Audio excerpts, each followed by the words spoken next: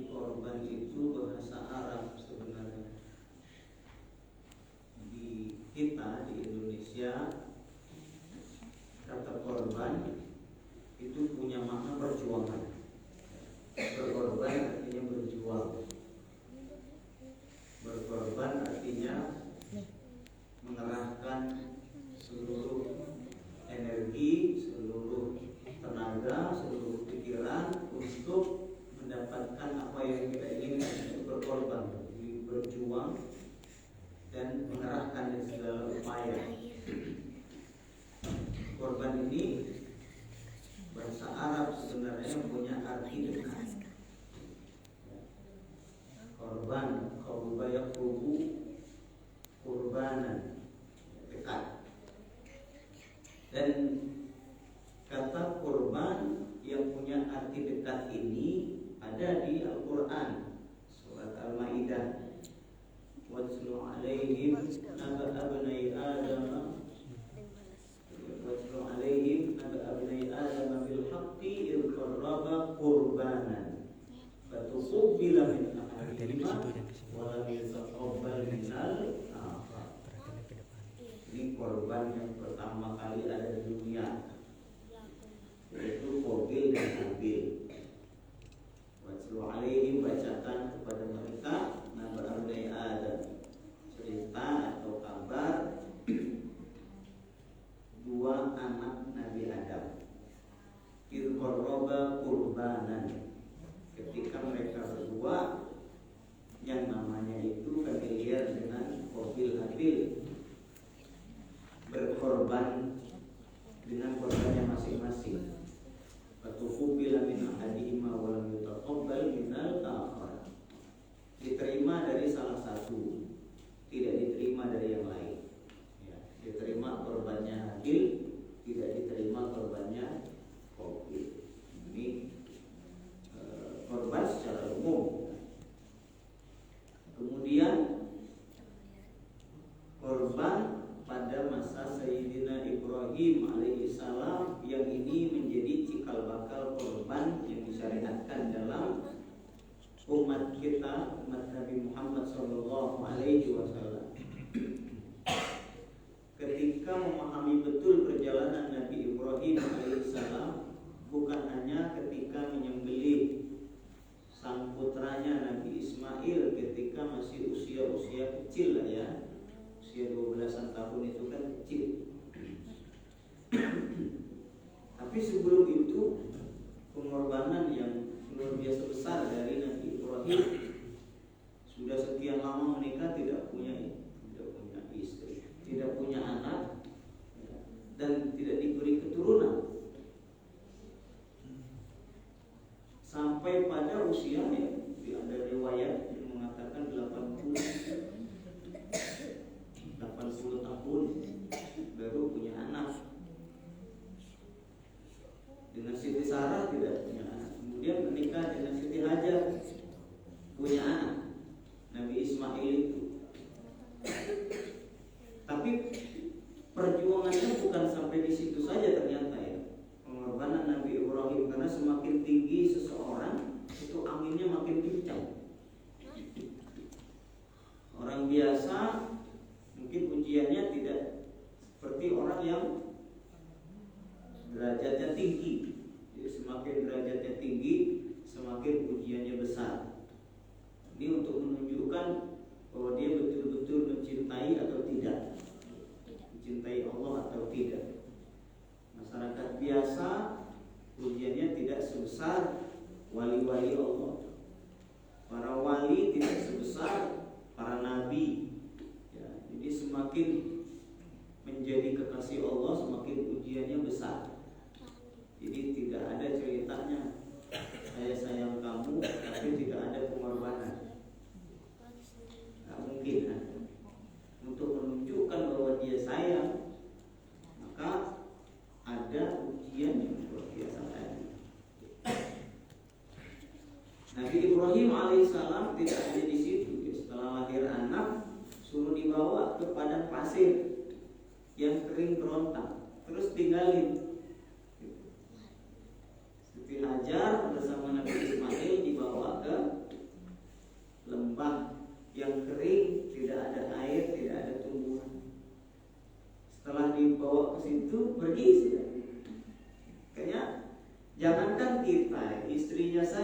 Dan Siti Hajar itu bertanya-tanya, di kepala itu banyak pertanyaan.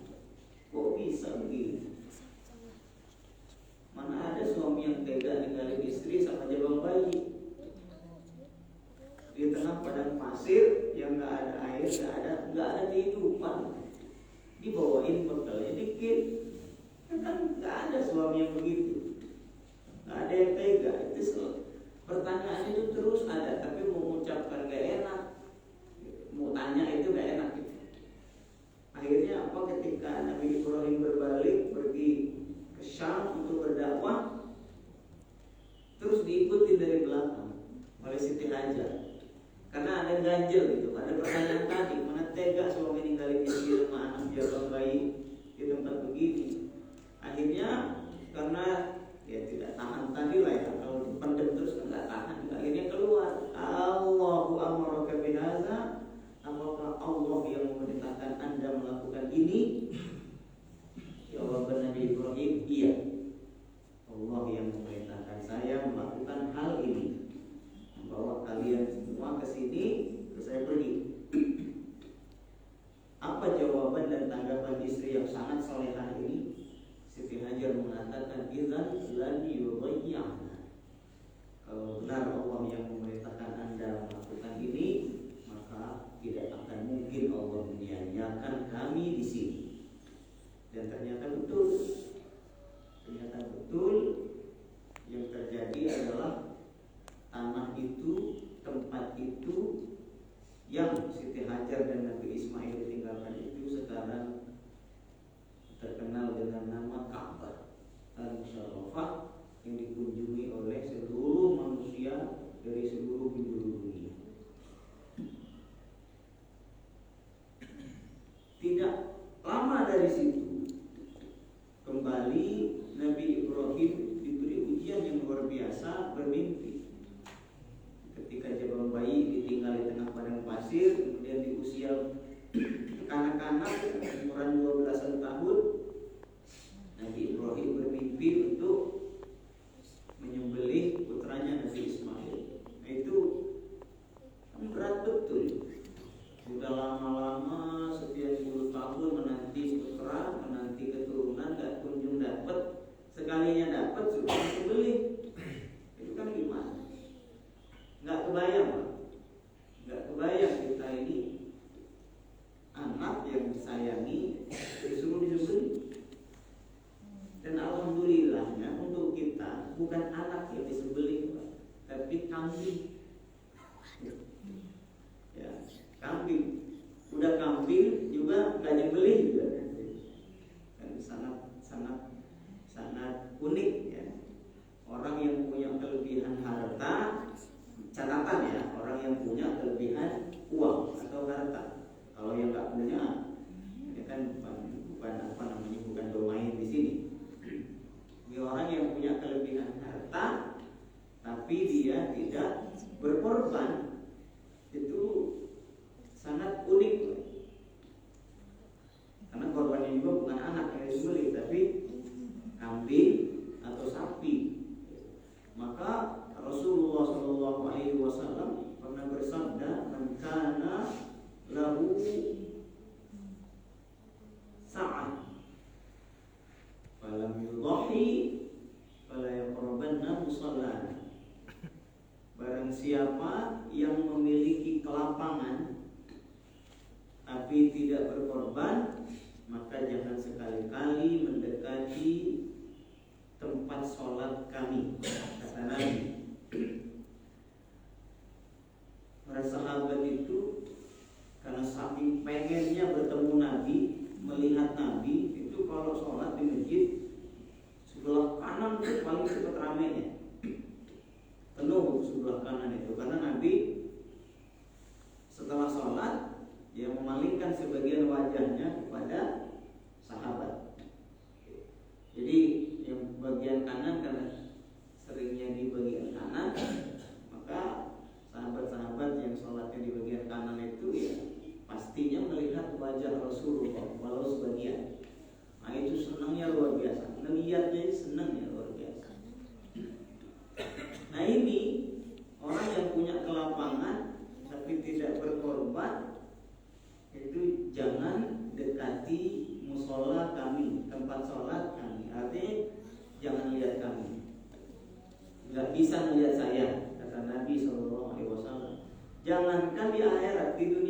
bisa. Kan itu kan ngeri betul.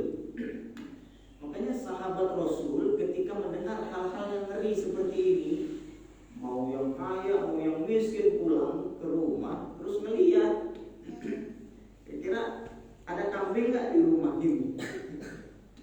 Sampai-sampai Ja'far, nah itu pulang ke rumah melihat kandangnya, ternyata nggak ada apapun kecuali satu kambing yang kurus, yang umurnya 2 tahun. Kambing begitu kan standarnya 2 tahun, tapi ini 1 tahun.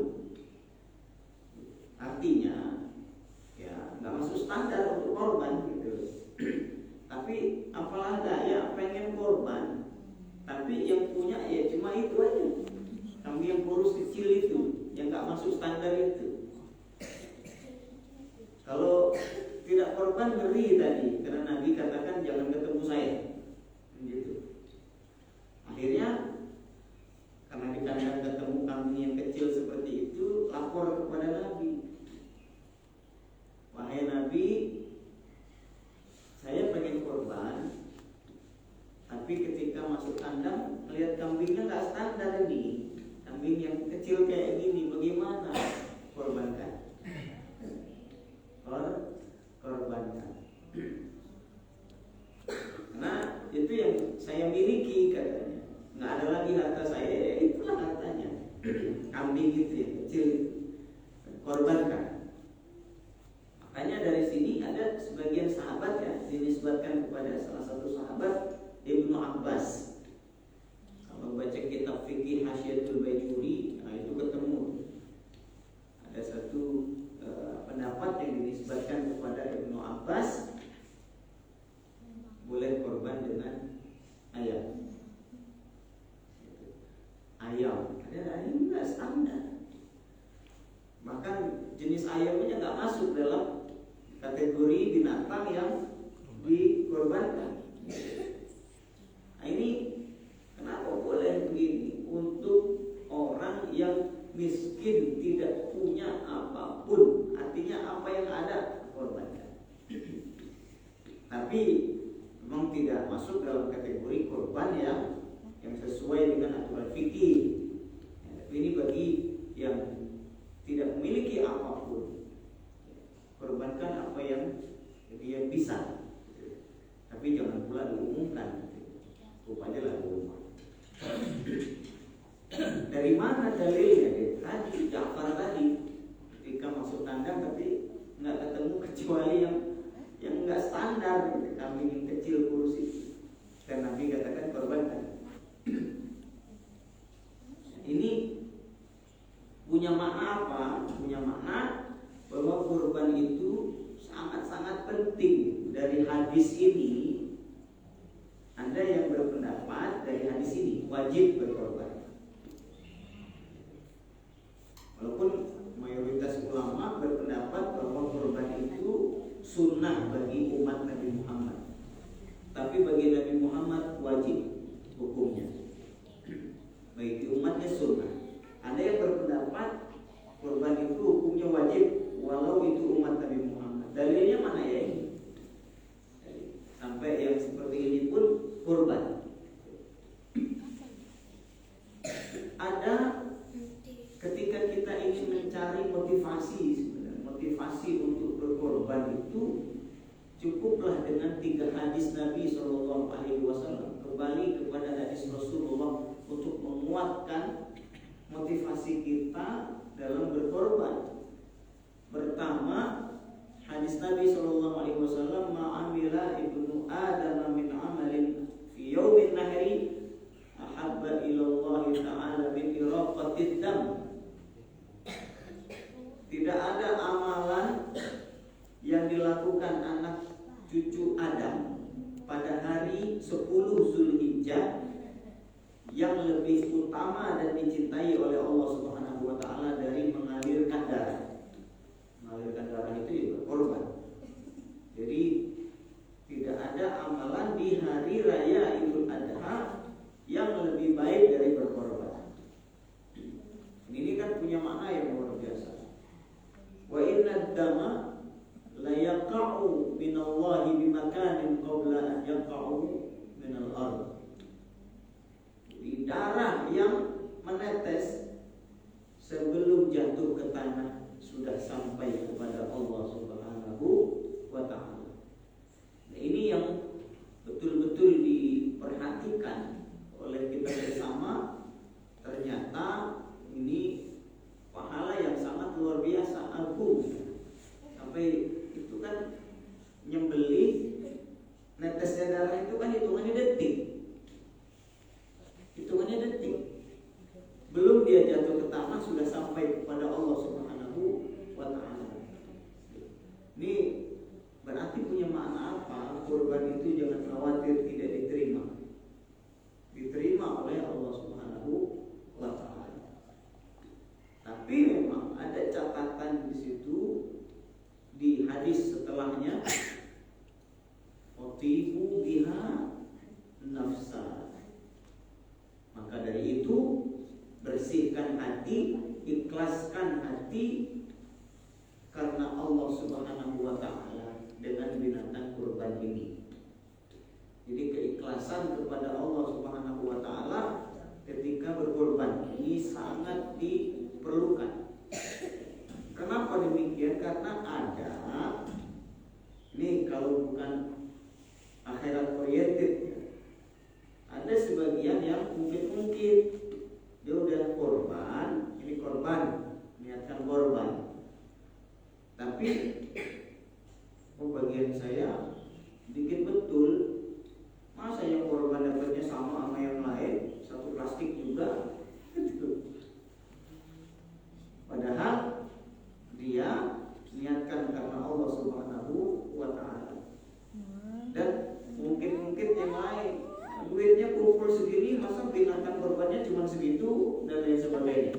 Hal-hal yang seperti ini wajar memang, kelihatannya wajar, tapi akan berpengaruh pada diterima atau tidak diterimanya kurban. Maka ketika meniatkan berkorban, niatkanlah karena Allah Subhanahu wa ta'ala semuanya. Jangan sampai ada sekecil apapun yang mengganjal di sini. Ya. Wanitanya nilap duit nih kayaknya dan lain sebagainya. Masa kambingnya atau sapinya kan duit segitu gemuk, tapi kok ini nggak gemuk-gemuk amat dan lain sebagainya. Ini yang berpotensi membuat korban itu tidak diterima. Karena kan ngeri betul ini. Hal yang kecil seperti itu ngeri betul, menyebabkan tidak diterimanya kurban kita. Maka ketika andai curiga dengan panitia, biarkanlah dosa itu ditanggung oleh panitia. Tapi kita tetap, apapun yang terjadi dengan korban yang sudah kita serahkan, apapun yang terjadi kita ikhlaskan kepada Allah Subhanahu wa ta'ala. Karena potensinya ngeri betul ini. Ada nilap dan lain sebagainya, itu urusan mereka. Lagi pula panitia itu gak digaji. Panitia kurban itu ikhlas karena Allah Subhanahu wa ta'ala. Ada panitia digaji? Enggak ada. Itu murni karena mendekatkan diri karena Allah Subhanahu wa ta'ala. Dan ketika seseorang telah menyerahkan kurbannya kepada panitia kurban, artinya dia setuju dengan kebijakan panitia kurban apapun. Ya. Dan panitia kurban juga berpikir kurban gak mungkin bagiannya sama dengan yang lain. Dan umumnya panitia kurban memberikan lebih. Kalau yang lainnya 1 plastik, dia diberi 3 plastik misalnya. Ini yang perlu sama-sama dipahami agar kurban yang telah kita niatkan itu diterima oleh Allah Subhanahu wa ta'ala. Andai tidak diberi pun tidak ada masalah, karena sudah mengikhlaskan untuk Allah Subhanahu wa ta'ala. Namun pekurban dianjurkan untuk memakan daging kurbannya walau sedikit untuk keberkahan.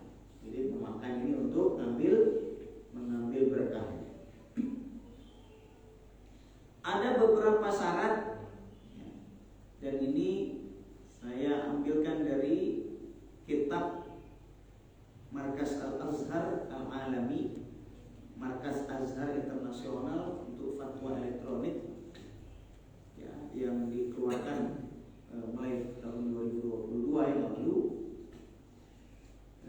Luar biasa ijtihad dalam memahami ayat-ayat Al-Quran dan hadis-hadis Rasulullah SAW terkait kurban. Ada beberapa syarat binatang yang dikorbankan, jadi nggak sembarang binatang. Ada beberapa syarat binatang yang dikorbankan ini agar sah menjadi binatang korban. Satu, antakuna min bahimatil an'am. Syaratnya adalah binatang ternak yang khusus pada ibil, onta, al-baqar wal jamus, sapi atau kerbau dan sejenisnya. Yang ketiga, al-ghanam wal ma'is, kambing atau domba. Tiga kriteria binatang ternak ini yang sah dijadikan korban. Yang kedua, syaratnya antakuna balighatan lisinil mu'tabarati syar'an. Binatang yang tadi disebutkan itu, onta, sapi, kambing, itu mencapai usia yang diakui oleh syariat.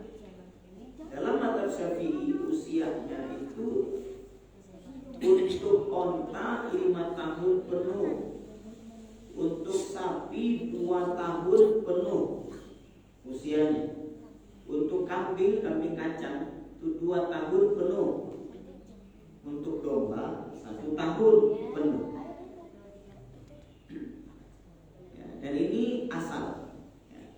Kalau tidak bisa domba, tidak bisa kalau domba yang giginya sudah gugur, istilah kita itu sudah poel, ya, giginya sudah jatuh atau gugur atau copot, maka walau dia tidak mencapai 1 tahun boleh menjadi hewan kurban. Domba ya, domba yang giginya sudah copot, walau dia tidak mencapai 1 tahun, katakanlah udah 7 bulan copot gitu giginya, gigi seri bagian depan, maka boleh dijadikan hewan kurban. La tadbahu illa musinna illa an yasura alaikum fatadbahu jaza'atan minad dha'n. Fatadbahu jaza'atan minad dha'n. Maka sembelihlah domba yang giginya sudah poel, sudah copot. Boleh, walau tidak mencapai usia 1 tahun. Nah, ini asal pokok demikian. Namun wadhahaba fariqun min ahli al-ilm al-mu'asirin, ulama-ulama modern berpendapat, dan ini hadis yang dibaca ya sama juga, hadis la tadbahu illa musinna illa an yasura alaikum fatadbahu jaza'atan min ad-dha'n. Hadis-hadis yang dibaca sama, tapi kesimpulan hukum berbeda. Ulama-ulama kontemporer modern berpendapat bahwa yang dijadikan standar dalam hewan kurban adalah gemuknya, banyaknya daging, beratnya, bobot hewannya, itu yang dijadikan standar kurban, bukan usianya.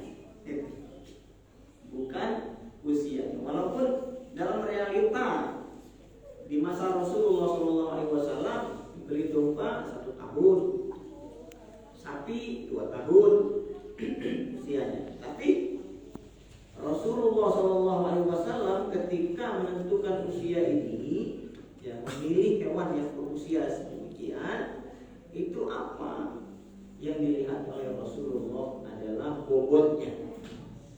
Karena di usia itu berat itu paling berat, bobotnya paling berat di usia itu.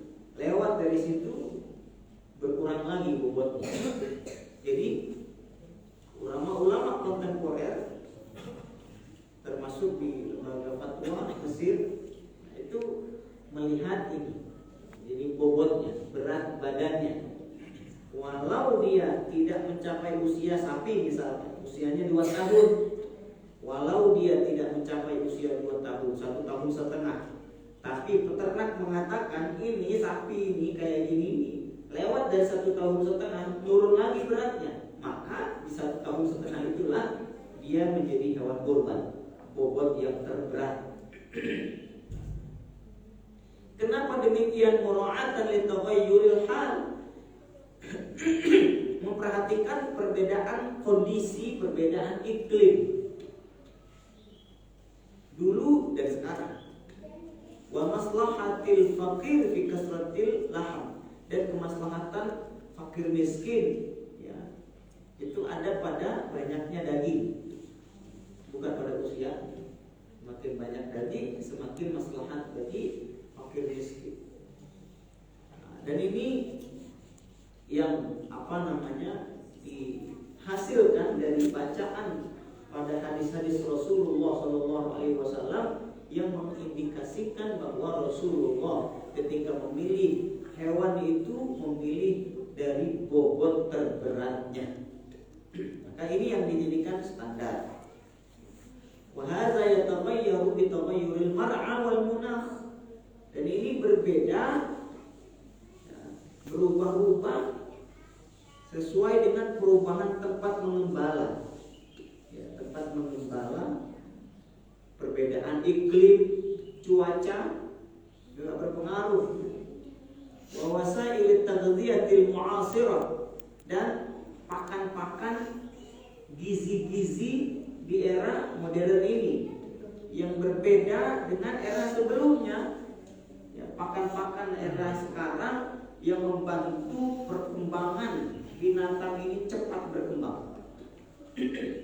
Cepat berkembang. Dan ini yang ditetapkan oleh penelitian ilmiah modern terkait dengan binatang dan pakan.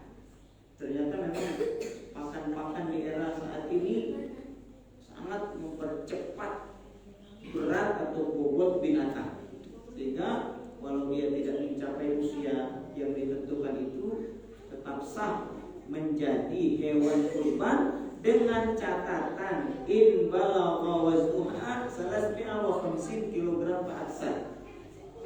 Jika sapi mencapai berat 350 kg ke atas. Untuk sapi yang beratnya 350 kg ke atas itu sah menjadi hewan kurban walau tidak mencapai usia 2 tahun penuh. Nah, yang dilihat adalah bobot binatang ini. Yang ketiga, tapi ini ada catatan ya di sini. Berat badan atau gemuknya ini tidak di luar kenormalan. Karena ada juga yang kalau problem juga, jadi gemuknya ini tidak normal. Yang rentan dengan penyakit. Karena keberadaan yang tidak normal itu kan rentan penyakit gitu. Nah, ini tidak diperkenankan. Jadi gemuknya normal dan pengisian yang normal. Jadi tidak dipaksakan. Dalam waktu yang sangat singkat dia mencapai kegemukan yang luar biasa. Itu juga tidak dibenarkan. Makanya tidak bisa bermain-main di sini. Termasuk masalah koelnya gigi, ya, gugurnya gigi atau copotnya gigi. Itu juga nggak bisa dimain-mainkan. Makanya peternak ini mesti peternak yang amanah. Karena pengen laku binatangnya, kambingnya, akhirnya giginya dipatahin sama dia. Tuh, dicopot. Padahal yang matahin peternak, nah ini nggak boleh. Tapi panitia kurban misalkan mencari kambing gitu, ini koel yang udah standar nih. Padahal itu dicopot oleh peternak. Ini bagaimana ini? Yang berdosa panitia kurban atau peternak? Peternak. Panitia kurban tidak. Panitia kurban tidak berdosa. berdosa peternaknya. Maka bagus juga kalau satu masjid ini, bisa Masjid Al-Barakah, itu punya kenalan peternak gitu, yang dia seret gitu, cocok gitu, amanah. Nah, itu penting juga. Minimal ada satu lah peternak yang dikenal gitu. Supaya apa? Ketika kita beli binatang ternak untuk kurban, ini aman. Kita percaya sama dia ngurusnya normal. Dan juga penggemukan yang ada. Yang ketiga, kalau sebelum masuk yang ketiga, yang tadi kalau kita tidak aman, misalkan ini gemuknya, ya kita nggak begitu percaya 100% lah ya. Bisa jadi nggak normal, nggak wajar pengisiannya dan penggemukannya. Ya, untuk menjaga keamanan, standar usia itu pakai juga. Nah, tadi merasa tidak tidak nyaman ini karena ya tadilah kita nggak tahu peternak seperti apa. Kalau kondisinya seperti ini, peternaknya tidak dipercaya, maka yang mengambil standar usia itu amannya. Sapi ya 2 tahun. Ini udah berapa tahun ini sapinya? Udah 2,5 masuk standar. Sama ya kita nggak tahu dia itu ngurusnya seperti apa, penggemukannya seperti apa. Bisa jadi penggemukan tidak wajar. Ya, sapi usia 1 tahun, gedenya melebihi musim bisa gitu. Kalau kondisi seperti ini, maka usia ya yang dijadikan standar supaya lebih nyaman dan aman. Tapi kalau kita percaya dengan peternak, dia udah lebih dari 400 kg sapi ini beratnya. Nah, kalau 1,5 tahun ya masuk dalam standar yang baik. Ketiga, syarat binatang kurban antakuna khaliyatan minal uyub, tidak terdapat cacat. Tidak terdapat cacat. Cacatnya apa itu? Cacatnya yang disebutkan dalam hadis Nabi Sallallahu Alaihi Wasallam ada 4. Yang pertama al-awra'ul bayyinu awaruha, binatang yang matanya buta sebelah, yang jelas-jelas buta. Berarti karena yang disebut dalam hadis itu buta sebelah, kalau buta dua-duanya, berarti boleh dijadikan hewan kurban. Apalagi dua-duanya. Satu aja yang buta tidak sah, apalagi 2 matanya buta, lebih tidak sah lagi. Itu dalam usul fikih namanya qiyas aulawi. Sama contohnya seperti di surat Al-Isra ada ayat yang bunyinya wala taqul lahum, jangan Anda berkata kepada orang tua. Itu jangan haram. Berkata boleh beli barang di warung, ibu ini itu haram, tidak boleh. Berkata kepada 2 orang tua. Di ayat itu kan tidak disebutkan mukul orang tua itu haram. Berarti mukul orang tua boleh? Tidak. Betul, di dalam Al-Quran tidak disebut memukul orang tua haram. Yang disebut mengucapkan Tapi ini punya makna apa nih? Qiyas aulawi. Berkata saja tidak boleh, apalagi memukul orang tua lebih tidak boleh lagi. Nah ini, dan model-model seperti ini tidak sedikit dalam Al-Quran dan hadis-hadis Rasulullah.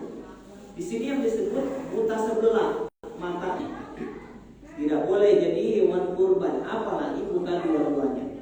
Yang kedua, wal maridatul bayyinu maraduha, binatang yang sakit, jelas-jelas sakitnya. Yang ketiga, wal arjaul bayyinu ghal'uha, yang pincang, jelas-jelas sifatnya. Yang keempat, siratul latuki, binatang yang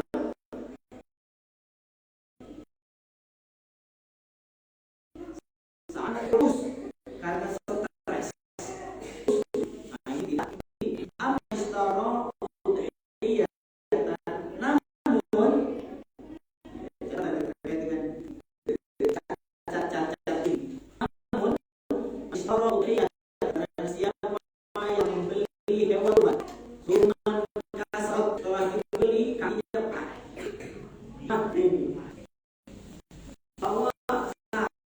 sapi, kemudian masukkan ke truk, nyampe dekat masjid, ketika nurunkan beli itu jatuh sapinya, patah kakinya. Ini patah kaki di tanah pincang, patah. Jadi hewan kurban atau tidak? Di sini dikatakan istara udhiyah suman beli hewan kurban, belinya itu sehat, belinya itu tidak cacat sama sekali, standar hewan kurban. Kemudian atau ta'ayyabat atau terjadi kecacatan, salahnya salah ini fa innahu yudhi biha, maka dia boleh dan sebagai hewan kurban. Wa alaihi baik dan tidak apa dalam itu. Kenapa Abu Bakar tidak di luar kuasanya dan dia tidak sembrono dan hati-hati berjaga, tetapi pada Allah yang di luar daripadanya terjadi hal-hal semacam ini, maka tidak menghilangkan dari keabsahan sebagai hewan kurban.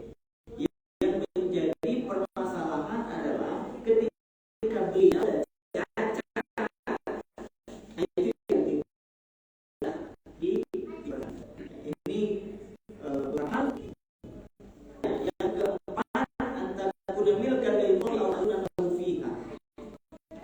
Syarat hewan kurban, hewannya itu milik kurban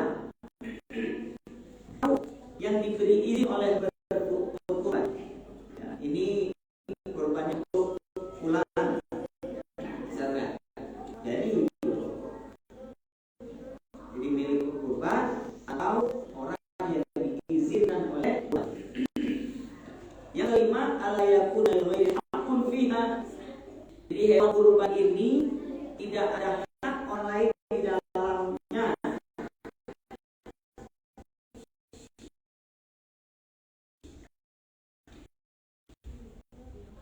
Seperti apa? Barang yang sesi 20 kemudian yang gada yang sapi atau 2 juta misal digadaikan kami misalnya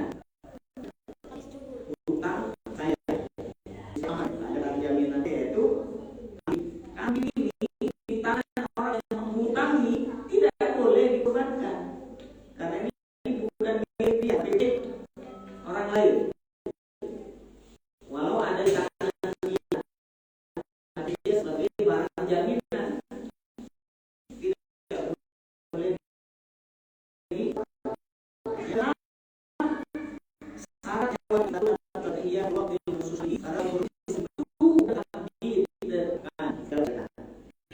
yaitu 10, 11, 13 Zulhijjah 4 hari. Ya, ini mungkin sebagian hal terkait mudah-mudahan bisa baik dan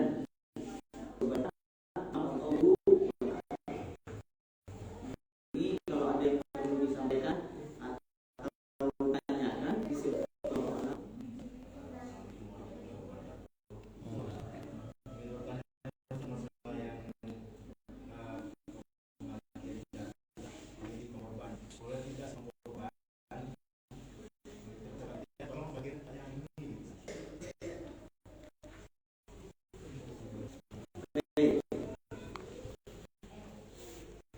Pekurban boleh tidak minta bagian tertentu pada panitia kurban. Datang kepada panitia kurban, kepalanya, atau saya mau kulitnya, atau saya mau tulangnya, atau daging plus tulang. Ini silahkan tidak salah. Ini kewenangannya ada di tangan. Jadi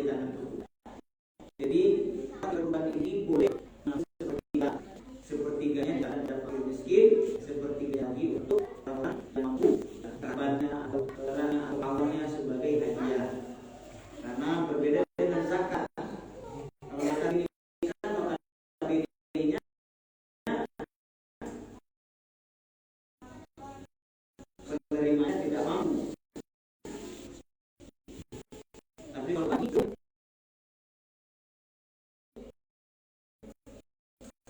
baik atau yang tidak masuk boleh lagi kurang.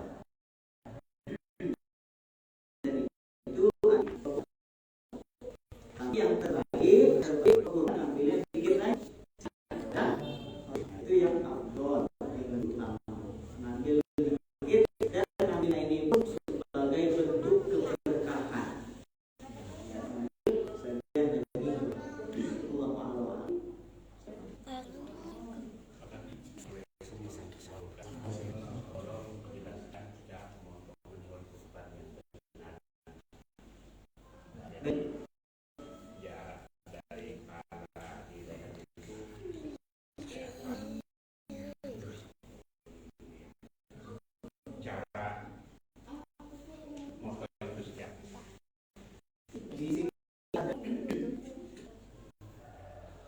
Syurut dan mustahabat, syarat-syarat penyembelihan. Disebutkan yang hayyan wa qadar. Yang itu kita sendiri kemudian yang kedua an yakuna suluhu bi ma'dzar. Jadi matinya hewan itu disebabkan sembelihannya, bukan yang lain. Maka kan perlu hati-hati betul ini. Ya, maka disyaratkan antakunal alat wadi'ah. Ya, yang ketiga, alat sembelihannya itu tajam, super tajam. Mesti boleh yang tumpul. Yang keempat, alayakun hewan sayy dan sayyidil haram. Jadi tidak boleh binatang buruan tanah haram di Mekah. Jadi Indonesia tidak ada masalah. Kemudian yang kelima, syaratnya an yaqta'adz dzabih min al-udhiyah ma yajibu qat'uhu fi dzabah. Seorang penyembelih itu mesti memutuskan yang harus putus. Wal akmalu bidzabah qat'ul adwaj al-arba'ah. Yang sempurna dalam penyembelihannya itu 4 urat yang mesti putus. Kalau dalam mazhab Syafi'i 2 yang mesti, yang harus itu 2. Yang pertama saluran napas tenggorokan, yang kedua saluran makan kerongkongan. Ini yang harus putus. Namun sangat baik juga ditambah 2 lagi yang putus, yaitu 2 urat saluran darah. Ada di bagian ini ada 2 urat aliran darah. Iya. Iya. Nah itu yang 2 urat aliran darah itu. Aliran darah kepala, jantung kepala. Itu 2 urat darah itu juga sangat-sangat dianjurkan putus. Bahkan di sini masuk dalam kesempurnaan. Jadi ada 4, 1 saluran darah, 2 saluran darah, 1 saluran makan, yang keempat itu saluran napas. Itu jadi ini yang perlu diperhatikan ya, karena ada dan yang terbaik itu bagian labah ini bagian sini ini apa namanya lebih dekat pada apa namanya ketemu saluran itu ada bagian sini labah. Dan ini yang perlu betul-betul diperhatikan, karena ada sebagian yang berpikir begini, kalau yang beli itu sekali set, kalau lebih dari itu nggak sah. Ada yang berpikir begitu, makanya kan karena di kepalanya begitu itu mati-mati betul itu. Kalau nggak sekali gores putus semuanya, bahaya. Makanya ada yang mati-mati betul sampai posisi udah betul, udah langsung dulu aja. Sekali putus, sekali sekali gores putus semua. Tapi ini memang rentan sekali, karena ya banyak juga yang tidak sekali gores putus. perhatikan betul ini. Kalau saluran ini tidak putus, konsekuensinya dia jadi bangkai.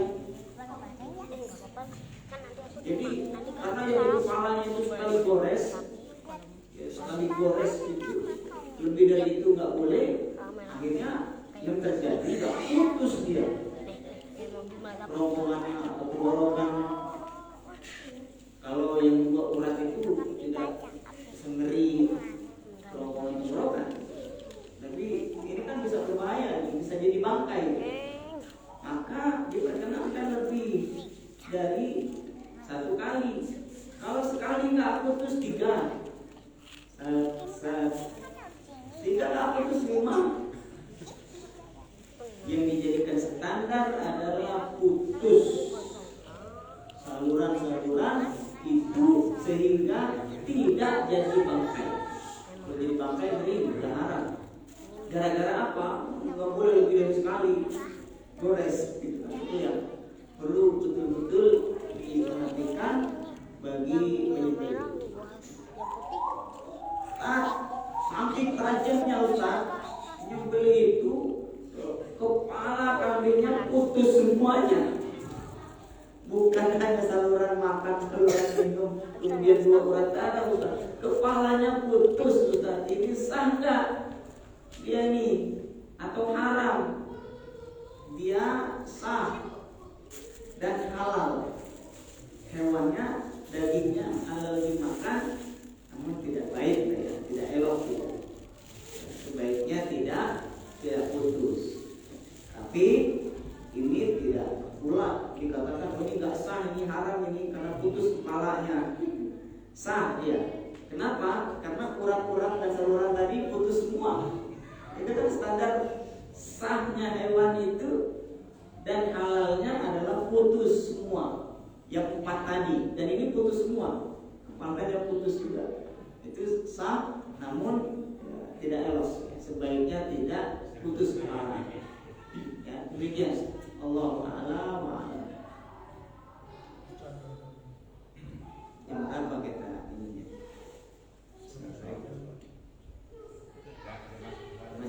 Masih ada waktu. Sampai habis pertanyaan. Iya. Waalaikumsalam warahmatullahi wabarakatuh. Bagaimana dengan adanya arisan kurban? Itu begini. Artinya kalau misalnya ada beberapa orang kelompok, ya, ternyata yang kelompok satu ini yang sudah maju untuk menjadi kurban, yang ikut kurban. Sedangkan mereka tuh nanti mungkin tahun berikutnya. Sedangkan kan itu ada hak serta yang lain sih, yang apakah sah atau tidak? Baik. Arisan kurban bagaimana? Hak yang dimaksud tadi, yang disebut hak ini, barang ini bukan milik dia. Barang gadai, dicontohkan barang gadai. Barang gadai ini kan bukan milik orang yang menghutangkan, tapi milik orang lain. Karena ini hak orang lain, hak orang lain. Walaupun dia di situ ada hak, tapi ini murni milik orang lain, maka tidak boleh. Beda dengan hutang. Beda dengan hutang. Maka dalam fatwa ini ada disebutkan hal tasihhu udhiyatu man alaihi dain. Hal tasihhu udhiyatu man alaihi dain. Apakah sah korbannya orang yang berkorban itu tapi dapat duitnya dari hutang? Al-jawab fa innal aula sadadud daini khususan in kana dainu halan. Yang utama adalah dia tidak wajib berhutang. Karena pengen korban artinya berhutang. Dia tidak wajib berhutang. Tapi wa idza tahat sahat minhu al-udhiyah wa usib biha. Jadi, tapi kalau dia berkorban dengan uang hasil utang itu sah hewan kurbannya dan dia mendapatkan pahala, walau itu dari hutang. Beda dengan yang tadi. Kalau yang tadi murni milik orang lain, ya murni milik orang lain.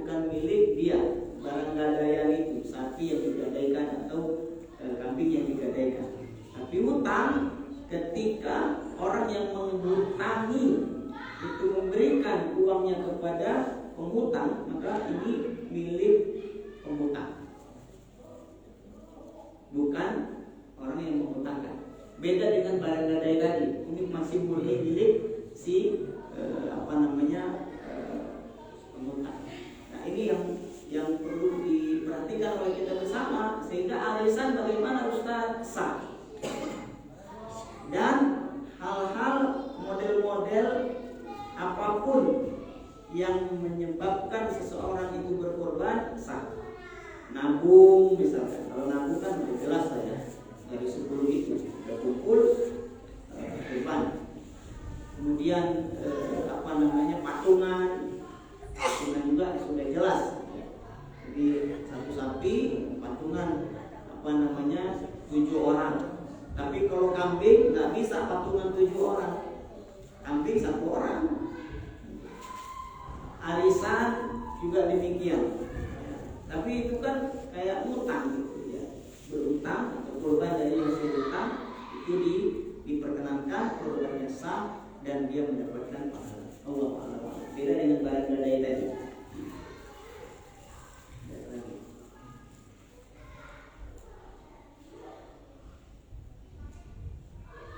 Silakan.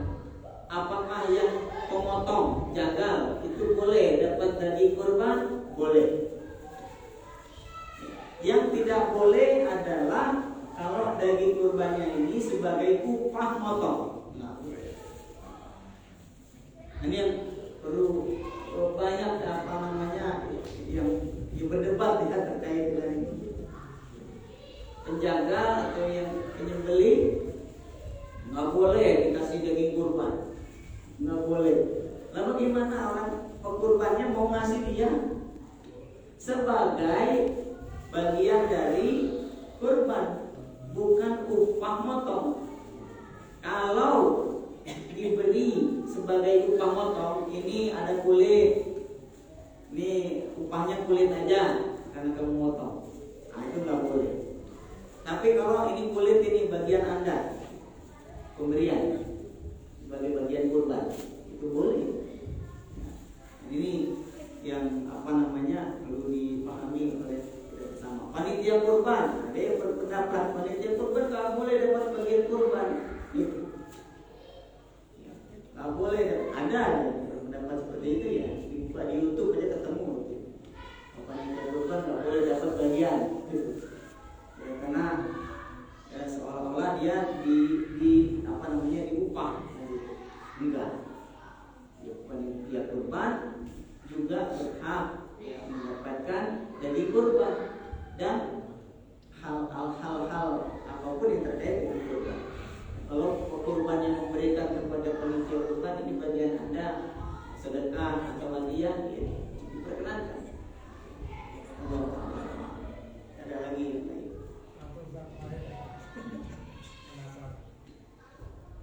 Apakah bisa si korban ikut panitia kurban?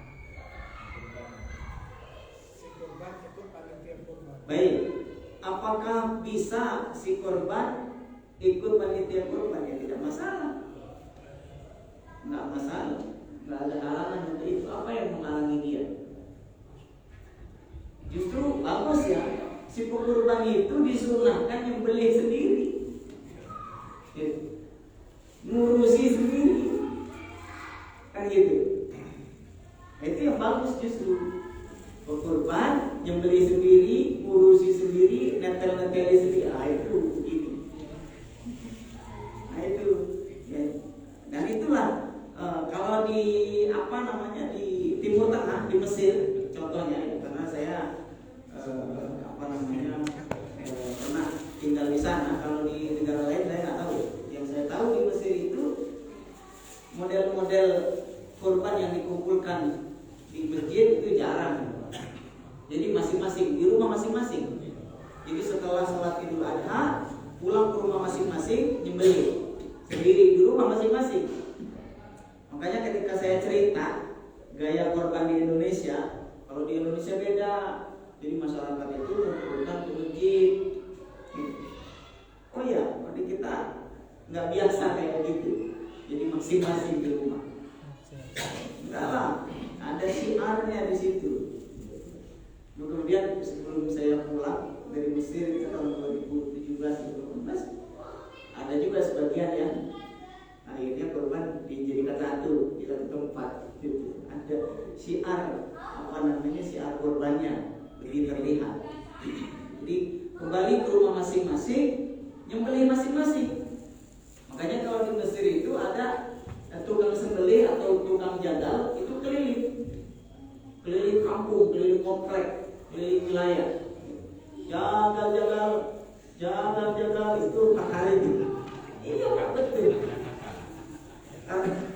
Karena kan model ininya apartemennya ada 6 lantai, 8 lantai, jadi itunya juga harus kuat gitu. Ngomongnya kuat, iklannya gitu. Betul, jadi keliling perumahan, keliling komplek itu jagal, ada yang minta jasanya, jagal sini. Dan kan dia udah lengkap itu, dia bawa keneknya satu, jadi tukang potong satu bawa kenek satu, 2 orang, keliling 2 orang dan bawa peralatan lengkap, dia bawa goloknya, bawa semuanya lah, untuk sampai selesai ngurusi neteli sampai selesai. Jadi masing-masing di rumah dan ya diurusi sendiri. Nanti selesai itu dia sendiri yang bagikan. Si pekurban itu yang datengin ke rumah-rumah, dia mengambil sepertiga, ambil dulu sepertiga, sisanya dibagikan. Jadi pada intinya itu justru lebih baik. Pekurban jadi panitia kurban itu bagus. Itu karena dia beli sendiri, neteli sendiri, juga ikut bagi sendiri, itu bagus. Allah. Ini